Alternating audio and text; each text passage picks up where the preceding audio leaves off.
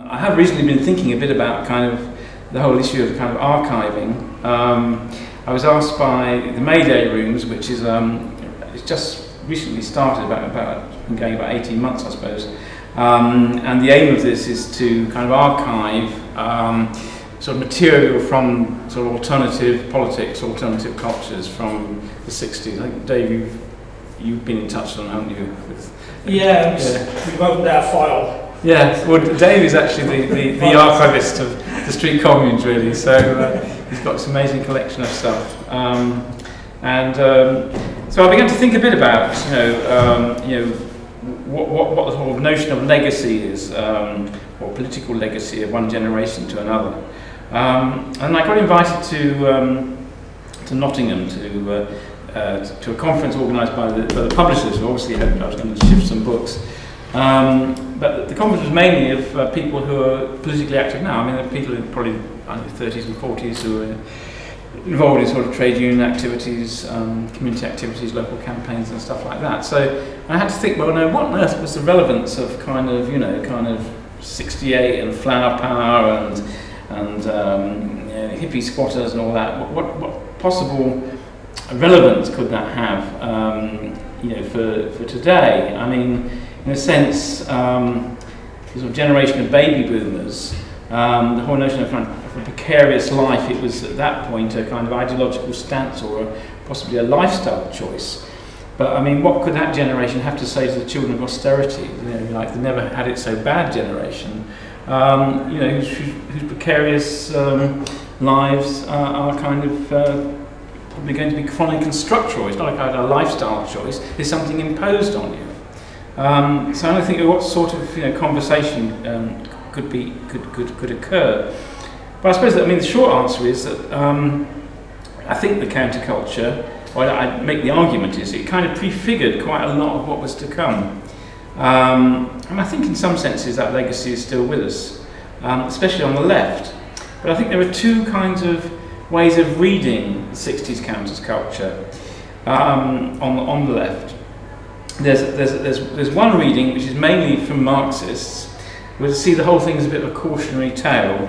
The kind of late 60s marked a kind of historical turning point in which the whole project of political emancipation, which was based on industrial working class, it kind of auto-destructs. So the onward march of labour sort of halts, very much this side of the New Jerusalem, and capitalism goes cultural as well as global. It becomes cool, it becomes hip.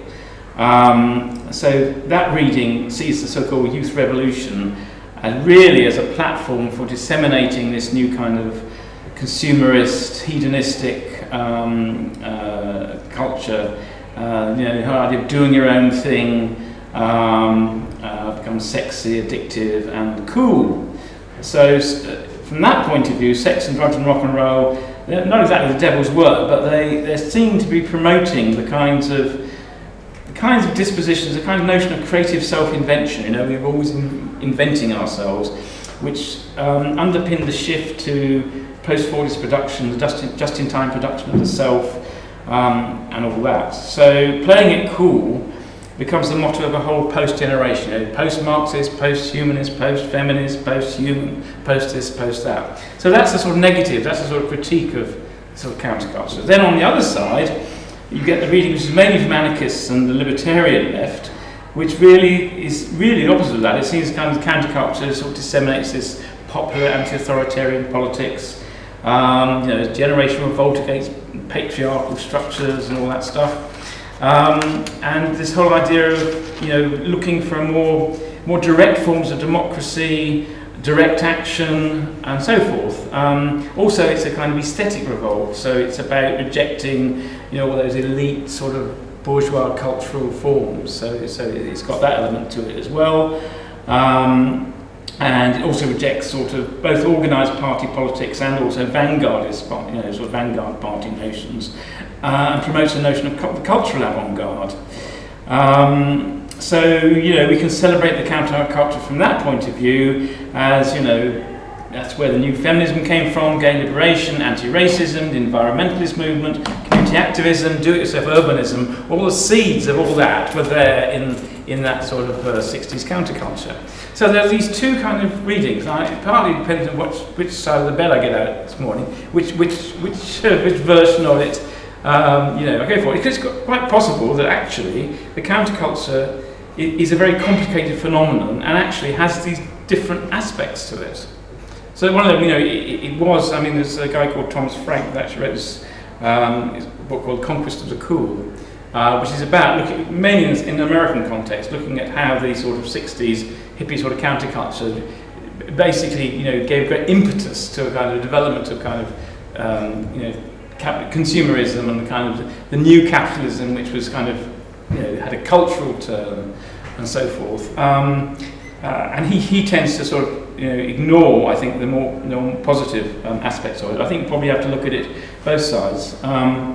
Actually, it does relate to kind of family story in a way, because my grandfather, who was a Russian Jew and a kind of anarchist in a way, so quite unpopular, then he had to get out before he got done in. But the family story is that he on his behind his bed, on one side he had a picture of Lenin, and on the other side he had a picture of Kropotkin. And apparently never had a bad night's sleep. That's a bit I don't believe, right? But how you kind of reconcile those two ways of understanding the counterculture, I don't know. But they certainly can be put in dialogue with each other.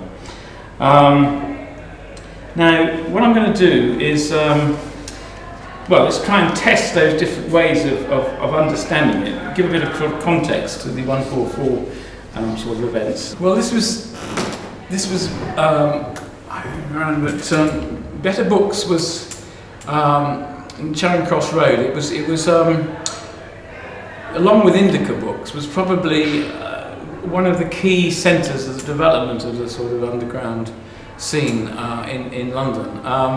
It was in the basement. They had happenings. It was kind of an early form of performance art, I guess.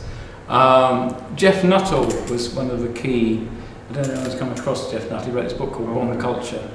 And John Latham was the guy this artist I worked with, who did it. Well, he did a lot of work with. I actually worked for him actually as a sort of assistant for him. He did these Scoob towers, which were basically kind of towers of Encyclopedia Britannicas, which he would then set fire to. And he had this. There was a kind of theory behind it. Mostly what happened was the fire brigade got called, And of course, book burning has certain other connotations. But anyway, so I was involved in this Better Book stuff, and I actually got quite into sort of happenings and wrote some scripts for it and stuff. But it was this. I suppose it was a kind of influence from the West Coast sort of beat scene in America, where there was this very famous bookshop that actually published a lot of the early beat poets and so on, and had poetry readings and so on. So this was the first time really that people saw bookshops as not just bookshops, but as kind of cultural centres, cultural action centres. And then of course there was the Arts Lab in Drury Lane, which was also a big centre of that. So it brought together artists, musicians, people doing kind of stuff like happenings, but with lots of young people who were also milling around the West End at the same time. And it's actually from that the street commune in a way started. It actually started because Jim Haynes, who was the sort of he was kind of organiser of the Arts Lab in Drury Lane. There was a hotel next to it called the Bell Hotel, which had been a residential hotel, and it was empty. And he wanted to open it up as studios for artists and stuff. But it was a massive place. There was about 200 rooms in it or something. So he couldn't fill it just with sort of for artist studios. So he invited people who needed somewhere to stay to kind of move in. I was part of this sort of in that kind of milieu. So I didn't have anywhere. I couldn't pay my rent where I was. So I was one of the people that moved in. And then we were kind of faced with eviction from that. And then we had to decide whether we were going to go back into, we were a lot of us were just sleeping in what we call derries, that's basically kind of empty houses that well, there were a lot in the King's Road, Chelsea, the World's End, Chelsea. We had very good addresses actually. Chelsea was a big area for it. But the problem with that was that you you could only have them for maybe, if you were lucky, a few weeks. The police would come round and you had to move on. So we had to decide whether we went back to that or whether we tried to find somewhere else that could accommodate that number of people. I'll just read you a little bit from the memoir, which is about the actual Dilly scene. So the thing was that here was this happening in Drury Lane, which is a lot of kind of artists and film people and musicians and on around, but also a lot of kind of quite homeless young people and beats and so forth. So it was a kind of mixture of that. The scene around Piccadilly as well. I mean, I'll just read a little bit, which is give you some sense of that anyway. Living on the streets around Piccadilly was a hazardous hand-to-mouth business, and in winter meant you were often cold as well as hungry. You were always at risk of being stopped and arrested for obstruction. Just standing around was enough to get you moved on or nicked. Hoovering up the homeless was an easy way for the police at West End Central to meet their productivity targets. I used to hang out there with friends, and so I got to know quite a few people there, and there really were some quite interesting characters there. There was Charlie the Tramp. He wasn't called that because he was a tramp, but he could do the Charlie Chaplin walk. And he used to walk around with a stick and do a sort of Charlie Chaplin impersonation, including hitching his trousers up. Whenever he was stopped by a policeman, which was often, he would whip out a filthy handkerchief and kneel down to polish his boots like some demented shoe-shine boy, all the while commenting on the bemused officer's magnificent taste in footgear. It was, Charlie claimed, the only way he could spit on the police without getting done for it. Scotch Billy had ferocious acne and a temper to go with it, but also a surreal sense of humour. He was a kleptomaniac whose strategy of shoplifting was to knock something over, and while the assistants rushed to clear it up, he would pocket whatever he had laid his hands on and, offering profuse excuses, make his exit. One day, when I was with him, unfortunately a store detective in Fulton and Mason's saw him deliberately knock over a crystal vase worth 200 quid, and recognising him from a previous accident, nicked him on the spot. Billy protested that he was suffering from a nervous condition that resulted in sudden untoward gestures, and much to his amazement, they let him go with a caution never to darken their doors again. One of Billy's inspired actions involved a row of telephone kiosks in Piccadilly Underground Station, a haunt of pushers as well as a popular lover's rendezvous. He went from booth to booth, dialing the number of the one next door, so that all the phones started to ring one another, although no one, of course, replied. It was a perfect metaphor for the frenetic non-communication that was going on in this heartless heart of a great city, a piece of poésie fait partout that the Dadaists and Situationists would have been proud to claim their own. One of our favourite Dilly hangouts was the Pronto Bar, a tiny cafe under the London Pavilion, which could just about cram a dozen people onto its stools. We adopted the place as our club. Unfortunately, the manager got fed up with having so many customers who spent the whole morning drinking one coffee and put up a sign banning anyone with long hair. We decided that this was infringing our civil liberties and amounted to discrimination, so we followed the example of the civil rights movement in the USA and staged a demonstration. The Pronto Bar sit-in may not figure largely in the history of folklore of 60s radicalism, but it was the first time the English beats took direct action, and it prefigured what was to come. We had some leaflets printed with the headline, "Every Englishman's right to have a cup of tea," depicting a thirsty beat with his tongue hanging out being refused service. We distributed the leaflets to passers-by around the Dilly, amongst whom were a group of Tory ladies from the Shires up in town for a theatre matinee, all dressed up in their best hats and finery. We explained the situation to them, and they noticed that the manager behind the counter was black. This immediately set their true blue hackles rising. Children of Albion being refused their birthright on their native heath by immigrants? Whatever next? So they marched into the cafe, plumped themselves down on the stools, and ordered teas for themselves and us. When the manager explained politely that we were barred, one of the ladies who had appointed herself our spokesperson brandished her copy of the Daily Mail at him and exclaimed, "Stuff and nonsense! These young people are with us! And if you don't serve them, my husband, who's a magistrate, will see to it that you're closed down." He got our teas pronto. The next day, normal service was resumed. But it was an object lesson in what a dodgy business winning the battle for hearts and minds can be. 9 months later, under rather different circumstances, these same Daily Mail readers were in the vanguard of a lynch mob, baying for our blood, because as hippie squatters, we were a threat to their British way of life.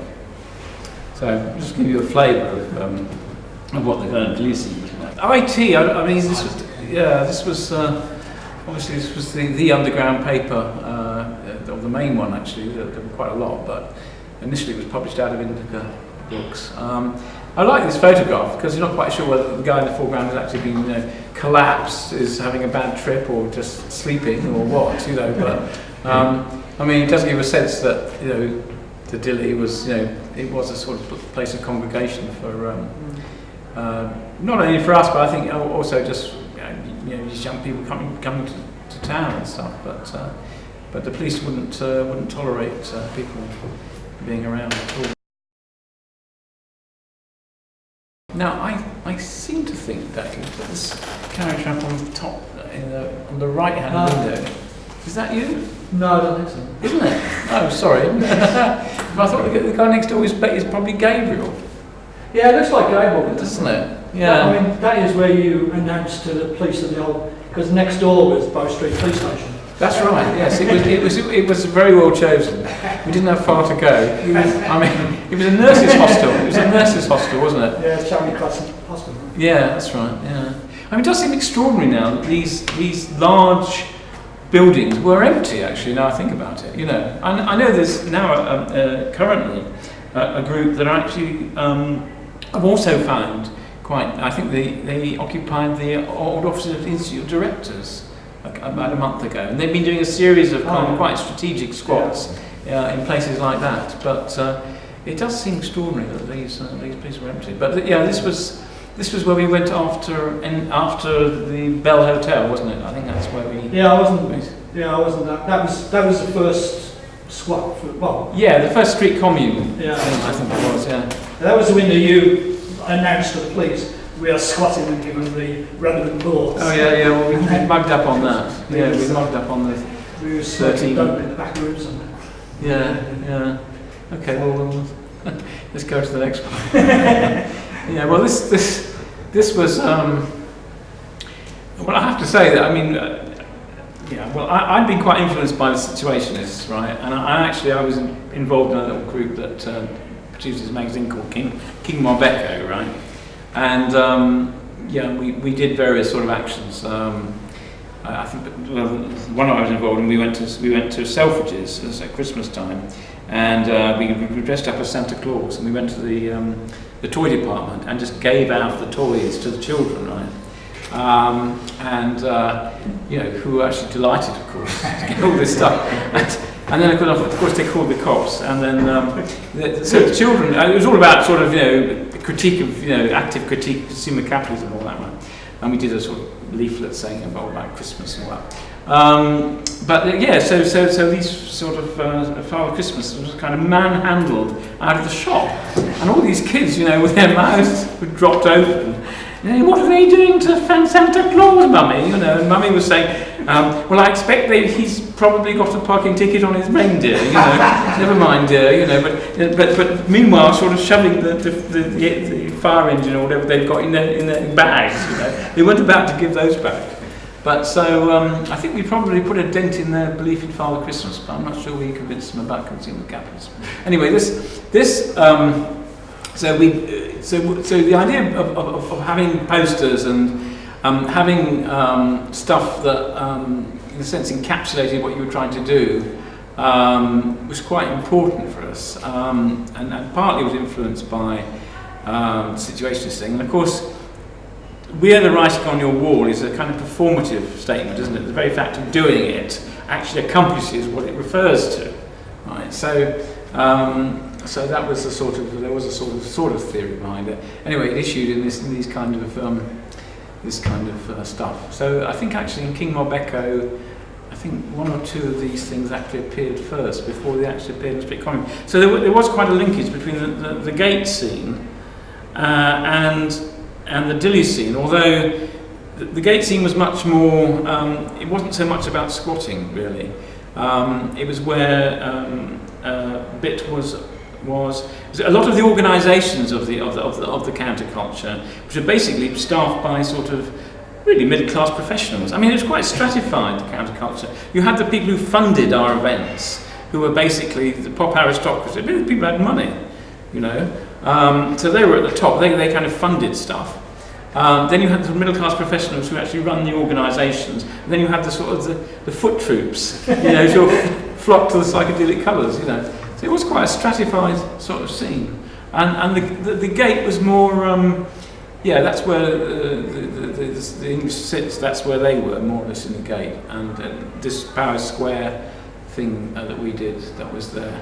But I sort of moved between the two, really, and a few of us did, you know. The Dilly scene was much more sort of hard edge, really, in a way, because it was full of a lot of, you know, people who, you know, I know, a lot of people who've been in approved schools or boarding schools, or, you know, been in children's homes. They came from really quite, you know, difficult backgrounds, a lot of them, and were homeless, as well as they were kind of the old beats who had been around for 10, 15 years maybe, right? Some of them, haven't they? They've been on the road, you know. Yeah, and going down to Brighton and working along the coast in the summer to St Ives, which was where we had another. We also went had a street St Ives sort of street commune. So there was that sort of linkage, but the Dilly was also a rather separate scene. Well, property theft. I mean, that's an old anarchist. It's a Proudhon. Yeah. So this was in the. I say it was an extraordinary building. I mean, this was in the main. I think was it on the first floor? Yes, it was on the first floor. Yeah. I mean, it had been the Queen Mother's London residence, and there was a story that actually, if you went on the roof, you could see across to Buckingham Palace. And the story was, I don't know if it's not true, but the Queen Mother, in other words, our present Queen's mother, didn't like the telephone. So if she wanted to send a message to Buck House, saying, you know, when she was arriving for tea or whatever it was, she would send one of her minions up to the roof, and they would do semaphore messages, which could be read from Buckingham Palace. Anyway, it was this extraordinary place with these state rooms, you know, you see the size of the ceiling of them, with chandeliers still intact. And the other thing they had in them were someone had somehow rented the place to store plastic boule. You know the French game boule? Well, they're sort of cheapo plastic version of it that has water in the boule. And there were hundreds of these sets of boules, which of course then became kind of offensive weapon. I mean, you know, people started chucking them out of the building. Well, the Hells Angels started doing that actually. There's another story around that. But I mean, there were skinheads outside and the Hells Angels inside, and you know. But of course, we were a bit of a sitting target. But I mean, just give a sense of what the scale of thing. We've got another build. But the balconies, I think, was quite important because yes, it was a bit of street theatre. And the balcony, I mean, gave you a great view of it. I mean, because there was a massive crowds around the building, of course, all the time, as well as the media and all the rest of it. So the balcony was a sort of place to both to kind of sort of, you know, not actually address the masses out there, but also where you could be seen, and also where you could put up you know, messages and slogans and things. So the balconies were quite important. And a lot of the pictures in the press were actually of that. Yeah, so that's the boule you can see. Yeah. There's me. Yeah, there's Dave. There's Dave. Middle. Guess which one? And that's Coventry John, the guy. He was a real. I always reminded me. He reminded me of. The Artful Dodger. The Artful Dodger. That's right. Yeah, he was up to all sorts. Was Coventry John. That's Gabriel there, isn't it? Yeah. That's Gabriel, yeah. Gabriel was, I suppose in another context, he would have been our kind of ideological commissar. He was a Trotskyite, and he had, he had a particular kind of, kind of view of this. He was very, he was a key figure. As indeed, of course, was Dave, who basically, I mean, one of the things about this was you had about 600 people or 700 people in the building. I mean, you've got a logistical issue, which is actually how do you feed them?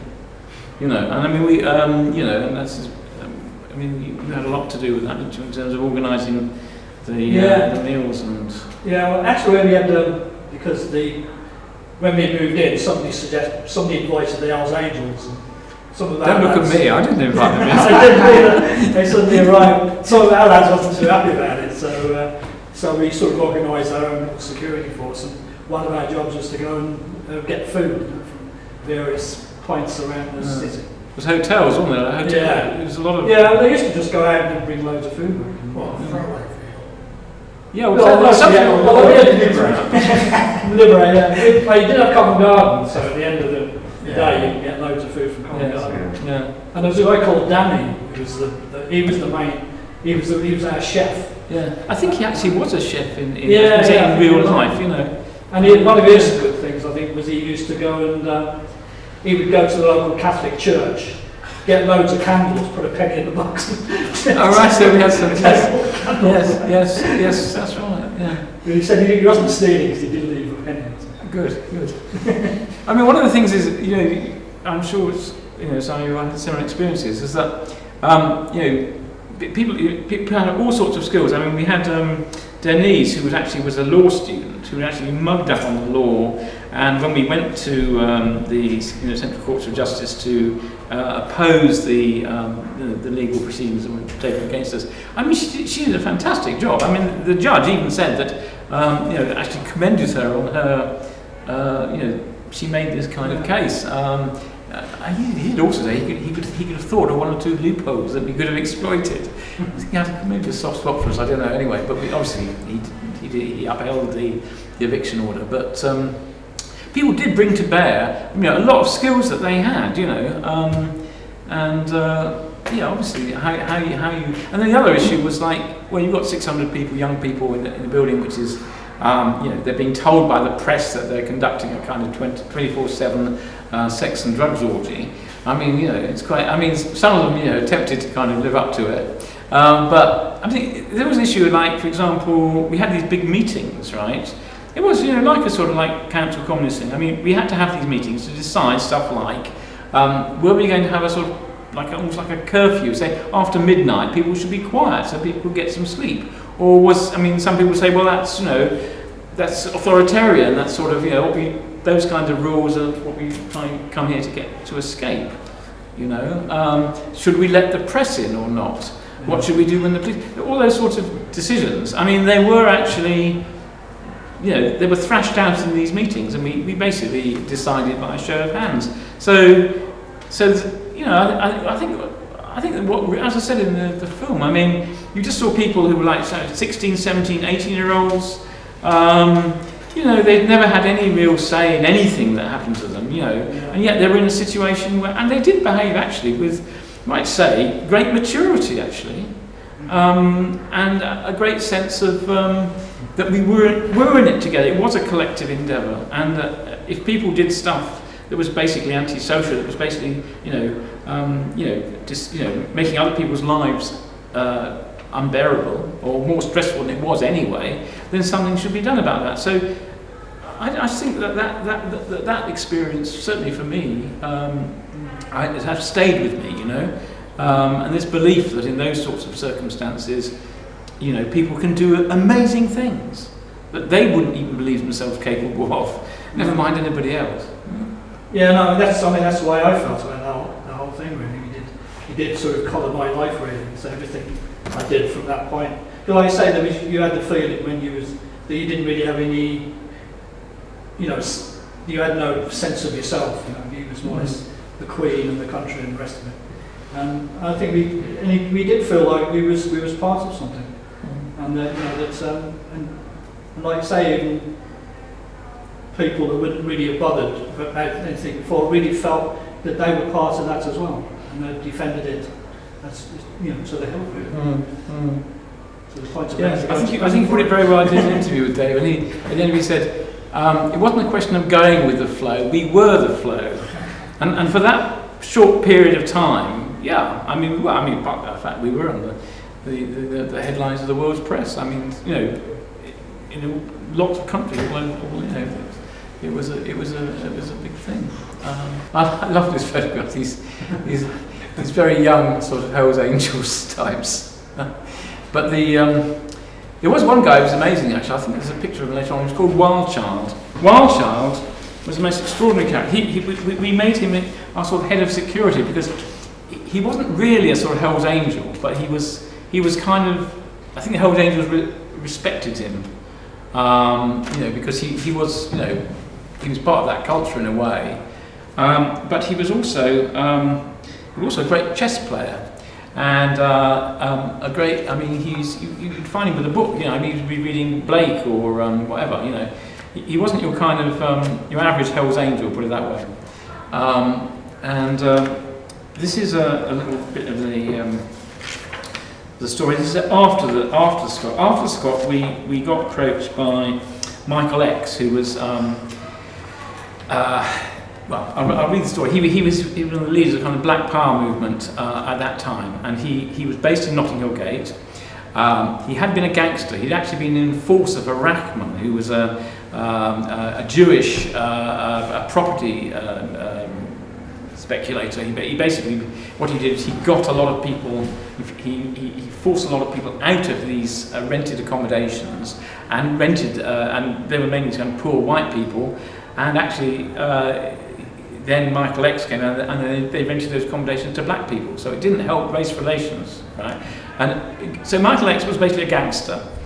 But then along came Malcolm X and the Black Power movement in America, and Michael X, in a sense, there's a big debate as to how real this was, but he basically became Britain's Malcolm X. He became the sort of first sort of Black Power leader. So he contacted us. We organised, actually the thing we organised was a thing called Pig of the Month competition in Trafalgar Square. What we tried to do, because obviously one of the things that set the street communities in motion was the level of police harassment of young people in the West End. Of course, there were lots of other groups that were being harassed. Obviously, in Notting Hill areas they thought were kind of, heavily kind of drug. They used drugs as a way of attacking the black community. There were the sus laws as well that were also directed predominantly at black youth at that time. So we thought we could create a kind of coalition of groups that were sort of under heavy manners from the police. We went to Vanessa Redgrave, who actually bankrolled us. This example, she was one of the people that we bankrolled. She was in this Trotskyist group, and she was happy to bankroll us, provided we had a little space for her Trotskyist groupuscule to have their say on the plinth of Trafalgar Square. And the event was we had all these different sort of cops, it was like a sort of anti-beauty parade. They would sort of parade across the plinth, and then we had a boo meter, and people would booze, and the one who got the most booze would become Pig of the Month. The police were not amused, you can imagine. Anyway, what we found was it was extremely difficult to get these different black groups together, because this really was a time before the kind of black consciousness movement had really taken off. There really was the black British identity. What there was a lot of local Caribbean identities, because from different islands had settled in different parts of London. So if you were from Barbados or you were from Jamaica, right, you didn't necessarily get on very well. In fact, when they started the Notting Hill Carnival, it was an attempt to bring those groups together, but of course those groups have different traditions of carnival, right? The Barbadian carnival was different from the Jamaican and so on. So it was quite a long process bringing those groups together. At the time when we were talking here in 1969, these groups were still, even though they were all being subjected to similar police pressure, it's very difficult to bring those groups together on the same platform. Anyway, we got approached by Michael X, and I'll just read you this bit about, if I can find it.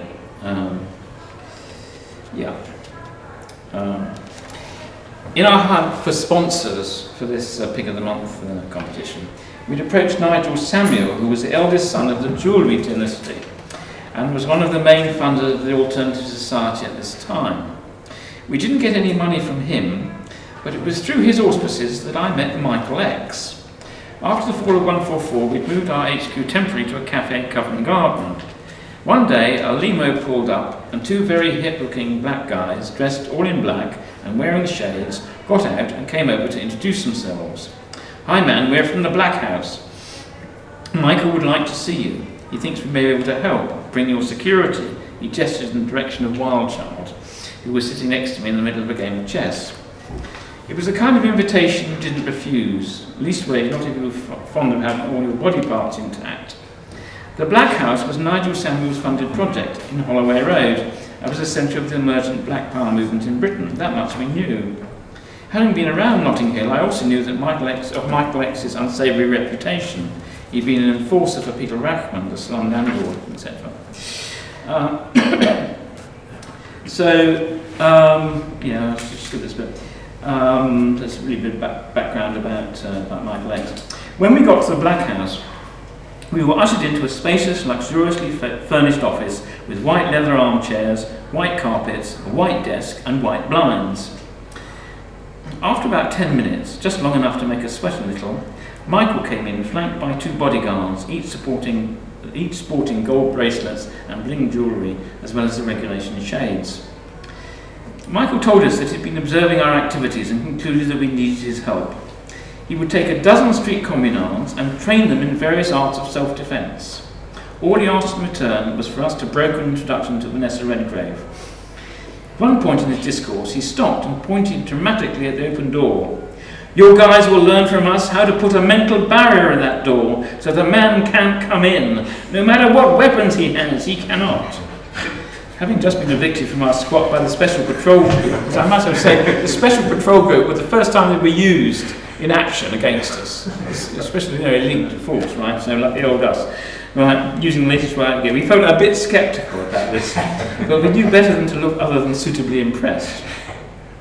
It turned out that Michael X was not offering to do us any favours. Shortly after the meeting, I got a call from one of Wildchild's friends. He was in custody, having been arrested for trying to rob a bank on Michael X's instructions. So that was the real deal. Apparently there'd been a further meeting with Wildchild and three of his biker mates, and they'd been mesmerised into agreeing to do a local bank with the cash to be split three ways: 50% to the Black House, 25% to the street commune, and 25% to themselves. Michael X generously provided the team with sawn-off shotguns and masks, and detailed instructions on how to get to Barclays Bank on Holloway Road. You couldn't make it up if you tried, really. No doubt the proposition flattered Wildchild might have done a little petty crime, but a bank heist, that was big time. Unfortunately, it turned out they had little aptitude for the job, nor, despite the promises, did these novices get any training from the Black House. They walked into the bank at lunchtime, when it was at its most crowded. One of them dropped his shotgun out of sheer nerves. The manager set the alarm off. The group panicked and fled straight into the arms of the law, and the whole thing was over in 5 minutes. So that was, that was that. Yes, well, this is the scene outside the building. See, the sort of the front of the building became a kind of stage set, really. I mean, at one point, the British Beefsteak Society arrived. These people it's like a luncheon club for businessmen, I suppose. And they set up their sort of tables outside. Remember this? Yeah. And they brought with them all their food. You see, their roast beef and all the rest of it, to prove that if you had a law-abiding life and paid your taxes and did everything the right way, you would live very well. And of course they knew they were being filmed and so on. So in a way, the forecourt really did become like the sort of the front of stage, really. And the most extraordinary. I mean, there was these kids who'd won an essay. They'd been asked by their teacher to write an essay about what I would do if I was in 144. Do you remember this? They're about 12 years old or something, right? I don't know what the teacher was thinking of. Anyway, they turned up. The prize was to get to meet me. Right? And I realised how ridiculous. Now I had this revolting T-shirt on with paint all over it and everything, and my beard and all the rest of it. And I had to shake hands solemnly with these kids and say, "Oh, how are you doing? Oh, very well done." So I realised what a preposterous thing fame was, or infamy was, But so that was a sort of madness that was going on. It was just some press photographs of people, So you see, there always were a lot of people milling around outside the building and having arguments. He's obviously having a political debate with someone who. Yeah, I know you once sent me down to sort of try and calm everybody, about, see if you can calm them down a bit, because you get excited and I end up arguing with loads of people anyway. Yeah, people, yes. Big arguments about what the rights and wrongs of squatting. And, yes. Was you squatting for homeless families or for single people? Yeah. Well, of course, we got a lot of flack. I suppose I think we helped the homeless families campaign, because the press said, well, they became the deserving squatters because they were family, and we were the untouchables or whatever. Yeah. So this is the scene outside. This photograph was taken by the Daily Mail, and what happened was that they discovered, because I was doing this Dr. John thing, but I don't know who it was. Somebody told them actually what my real name was, and they sort of tracked down my parents who lived in a block of flats in Euston. I always used to say Bloomsbury, but it was actually Euston. And so they sort of camped out really in the block of flats to try and get interviews from my parents, who obviously I hadn't really seen much of for quite some time, and obviously my mother, I have to say, was a Tory councillor. Anyway, I'll tell you. So this photograph, they pushed through the flat, through the door, and they wrote on the back of it as follows. They addressed it to my mother. Dear Mrs. Cohen, this is a photograph of the man known as Dr. John, who is a leader of the 144 Piccadilly Squat, and whom we believe to be your son. Can you please positively identify that this is the case? If you would like to contact me, I enclose my phone number, signed by this Daily Mail reporter. Now, of course, the Daily Mail, of course, had a complete field day with this, you can imagine, and they tried to get all sorts of inside stories, and they even offered people money to sort of, tell kind of, what about, to tell them kind of lurid stories about what was going on and so on. And I actually have to say that as far as I know, people more or less turned the money down, which is actually, again, these are the kind of kids who've really got nothing. They're panhandling. They're sometimes they're begging in the street, or they're busking, whatever it is. They've got no means of support, and somebody offers them 50 quid, to dish the dirt on the street commune or on me or whatever, and they turned it down. I think that's amazing. So this photograph got pushed through, and my mother, of course, read the Daily Mail. I mean, she was a paid up sort of. She was a Thatcherite before Thatcher, really. And it had all sorts of repercussions for me personally, because my mother then resigned from being a Tory councillor because, there were two versions of it in my family. And this is partly just a story about how being involved in these kinds of events, often the accounts that are given of them are just about the sort of the public face of them. But these events have a lot of personal repercussions for the people, And in this case, it generated two quite conflicting stories. One story was my mother's, which is that, one story was my father's, which was that my mother had been so humiliated by having a son who had become a sort of, this folk devil, public enemy, whatever, her position, within the Hope St Pancras Tory party had become untenable, so she had to resign.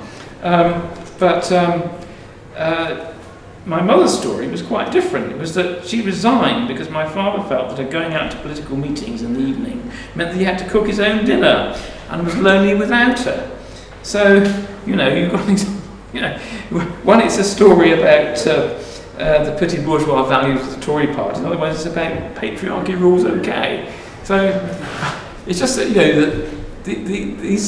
the impact of these events on people are often very, well, it can be traumatic actually. It's a thing which we don't talk about much on the left. These are people's, one's putting one's life on the line. Some people more than others, and I think that's something that we need to sort of think more about. And certainly, the impact of the press. I don't know, Dave, what you've heard about this, but I used to have these nightmares of being pursued by a sort of monster, of sort of these kind of searchlight eyes and all these kind of ganglia of sort of like TV cameras, and being pursued. And it really was quite a paranoid situation. That's when I started going. I went to the reading room in the British Museum to get away from it all, to get into some kind of calm. And I would sit there and read, I don't know, Louis Althusser or Gramsci or something. People who had a kind of calm, lucid, rationalist kind of take on things, and then dive back into this kind of maelstrom or female. Actually, it's interesting. There's an interesting point I think we should is that there were quite a lot of girls actually in the street communes, but if you actually look at the certainly the press coverage and media coverage, I think apart from one or two cases, I think it was still at that point where it was basically the guys that did the stuff and women did the washing up. It really was very sexist. The whole beat scene was very sexist. Yeah. There were women on the beat scene. But the way they were treated and addressed, you have to say, was not good, was it? No. It was. Well, that was the same for the 60s anyway, I think. We used to use. I nearly got told off because I said I went to a pub and saw this really nice chick. Yeah, that's right. Those were chicks. I'd slip back in birds as well. So yeah. But I think it did change in the centre. Yeah. Then when women came in and women became a lot more assertive. Yeah. Even when the English sits, actually, the women actually said they'd had enough of all this, and they went off and they formed their own group, right? So yeah, it was beginning to change, but not very much. Yeah. This is some just the press stuff, really.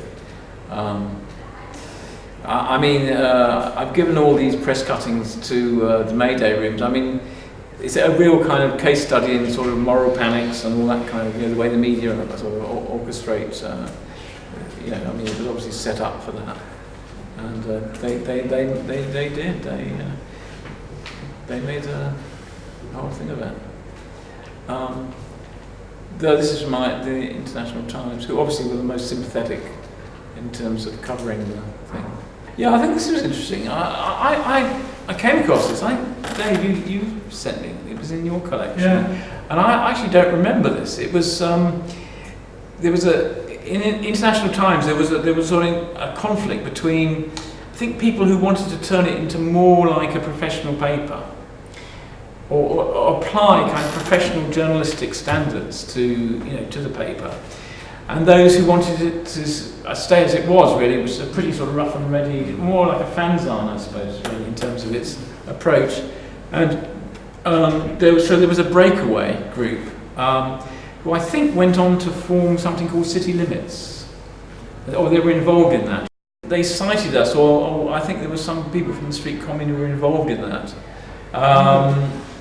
But I don't. Do you remember about this? I don't. I remember me and you going to IT. Oh, do you? Something in IT, and that's as far as I remember researching. Yes, I don't. So we did know. We did. Oh, we did. Well, obviously, I think we discussed 144, and perhaps organising our own papers, which never. Well, we did do one issue. Yeah.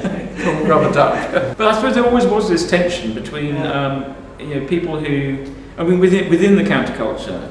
People who, I suppose, I don't know, like people who ran BIT and so on. Hoppy, I suppose. They had a very professionalised view of of the alternative society. You know, I mean, they were applying their professional skills to, you know, developing these organisations. And it would also be true of IT, that there were people who really were essentially professional journalists, and, you know, thought that those should be the protocols. You know, even though you had a different story in a way, but the actual way you did it should be fully professional. And then others that actually sort of resisted that and felt that was kind of excluding people. We had the same thing when we set up Street Aid as a successor thing to the Street Communes, which was sort of a legal advice centre initially in Soho and then in Covent Garden. You know, we set up an organisation. It had to offer legal advice.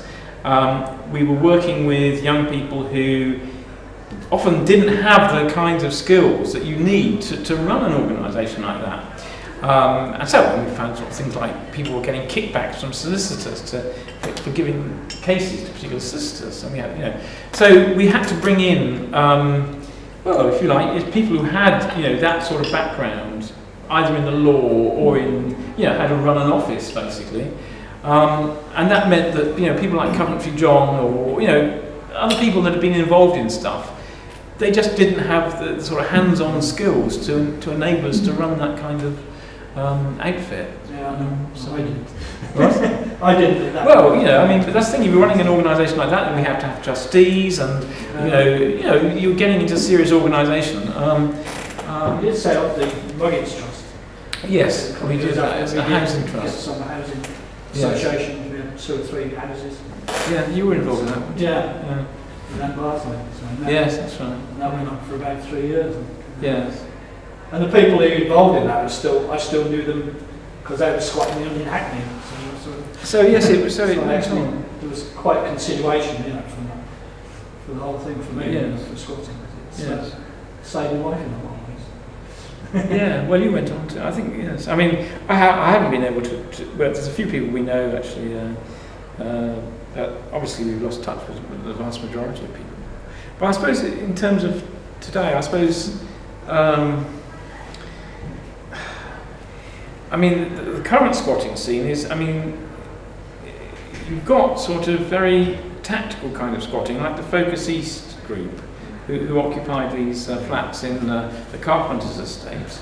Now, I mean, they basically they're a very organised, very sussed political group who are campaigning around affordable housing, and made that occupation in order to you know, address that issue.